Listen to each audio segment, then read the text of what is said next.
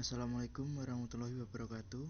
Kami dari kelompok 2 akan mempresentasikan hasil kerja kelompok kami, yaitu tentang dasar hukum dan prinsip pemungutan pajak.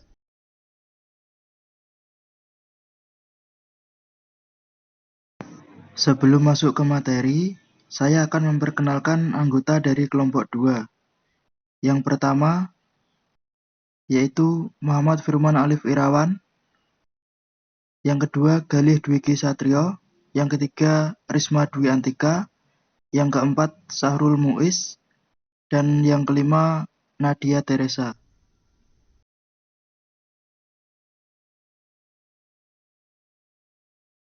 Materi pertama yang ingin kami sampaikan yaitu tentang dasar hukum pemungutan pajak. Negara berwenang dalam pemungutan pajak kepada rakyatnya karena terdapat justifikasi atau pembenaran dalam undang-undang. Pemungutan pajak harus dilakukan berdasarkan asas berikut ini. Yang pertama, asas keadilan, asas yuridis, asas ekonomi, dan asas finansial.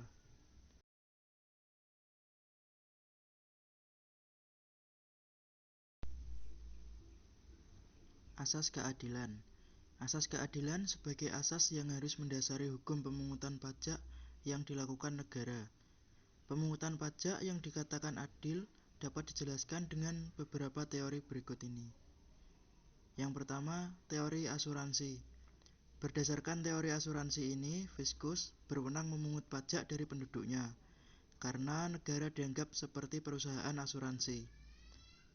Wajib pajak sebagai rakyat dari suatu negara dianggap sebagai pihak tertanggung, sehingga wajib membayar pajak sebagai bentuk premi kepada negara.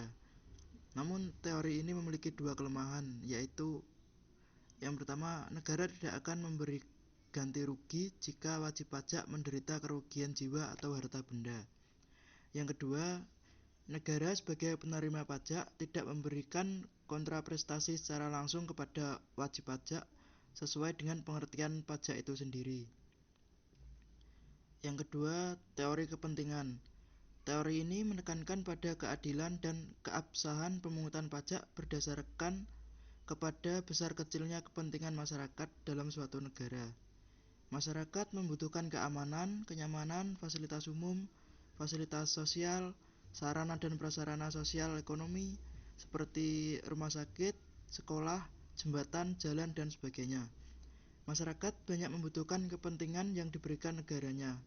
Sudah semestinya jika negara memungut pajak kepada masyarakatnya karena negara sudah mengeluarkan biaya untuk fasilitas tersebut.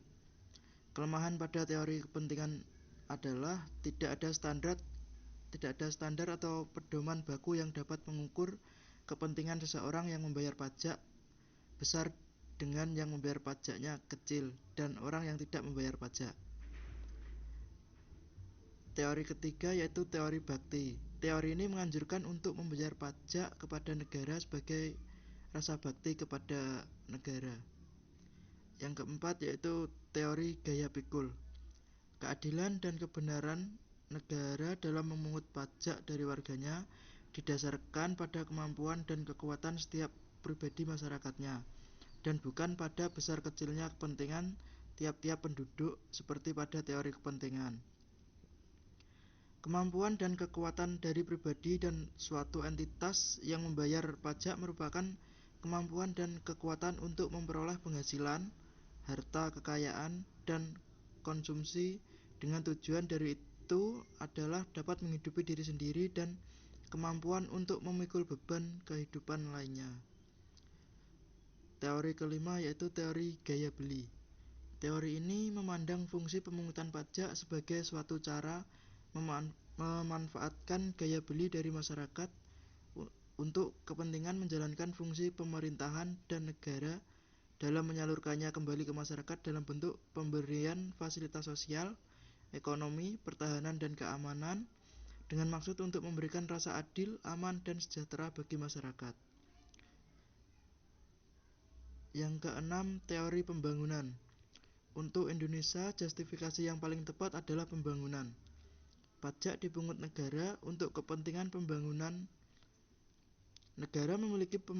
Negara memiliki kewenangan untuk memungut dana dari masyarakat berupa pajak. Karena tujuan utama dari pembangunan adalah untuk rakyat, maka sewajarnya rakyat ikut andil bersama-sama dalam pembiayaan pembangunan, dengan memenuhi kewajiban perpajakannya dengan baik dan benar.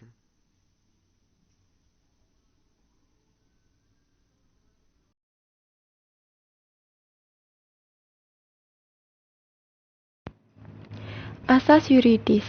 Asas ini menyatakan bahwa hukum pajak, peraturan perundang-undangan perpajakan harus bisa memberikan jaminan hukum baik untuk negara maupun warga negaranya.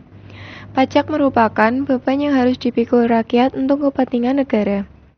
Di Indonesia, dasar hukum perpajakan adalah Undang-Undang Dasar 1945 Pasal 23 Ayat 2 yang menetapkan segala pajak untuk keperluan negara berdasarkan undang-undang.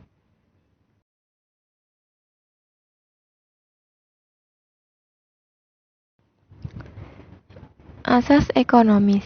Pajak yang dibayarkan oleh warga negara selaku wajib pajak yang dipungut oleh fiskus harus diusahakan oleh undang-undang dan peraturan perpajakan agar supaya 1. Tidak menghambat lancarnya proses produksi, distribusi, dan perdagangan semua faktor. Kedua, tidak pernah menghalangi rakyat dalam usahanya menuju kebahagiaan, keadilan, kenyamanan, kesejahteraan, dan jangan merugikan kepentingan rakyat banyak. Dengan demikian, perpajakan tidak menghambat laju perekonomian negara.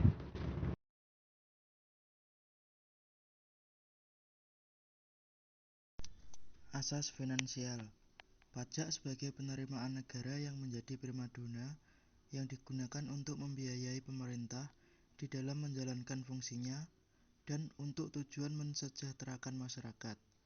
Untuk memperoleh penerimaan tersebut, maka biaya yang dikeluarkan untuk upaya pengumpulan pajak harus jauh lebih kecil daripada jumlah pajak yang diperoleh.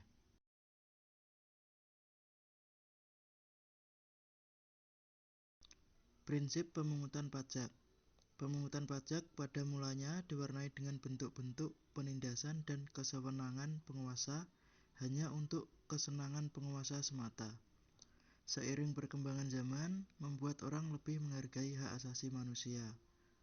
Pemikir dan ahli ekonomi membuat prinsip pemungutan pajak, yaitu prinsip keadilan, prinsip kepastian hukum, convenience, dan efisiensi ekonomis.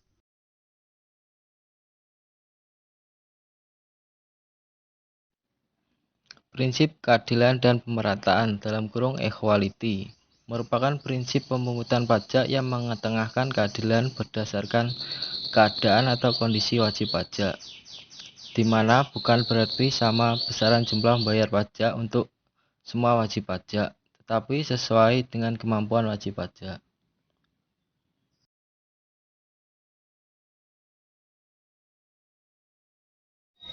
Prinsip kepastian hukum (certainty) adalah prinsip yang harus diadopsi dalam perumusan ketentuan undang-undang perpajakan dan peraturan perpajakan suatu negara, di mana terkait subjek, objek, tarif, dan ketentuan pemenuhan kewajiban perpajakan lainnya harus jelas, terang, dan pasti serta tidak menimbulkan pemahaman berbeda baik antar wajib pajak, antara pajak dengan fiskus, maupun antar fiskus sendiri.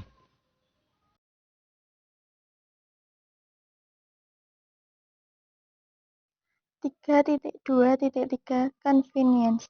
Prinsip ini menekankan kepada ketentuan saat memotong, memungut dan membayar pajak di saat yang tepat dengan kondisi wajib pajak. Rohmat Sumitro mengungkapkan pajak harus dipungut pada saat yang tepat, yaitu pada saat wajib pajak mempunyai uang.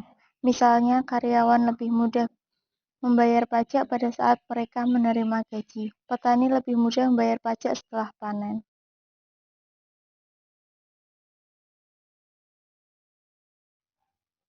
3.2.4 Efisiensi ekonomi.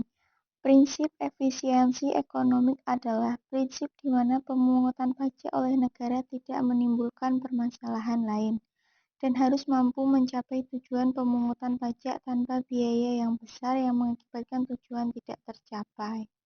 Jadi, jangan sampai biaya-biaya memungut justru menjadi lebih tinggi daripada pajak yang dipungut.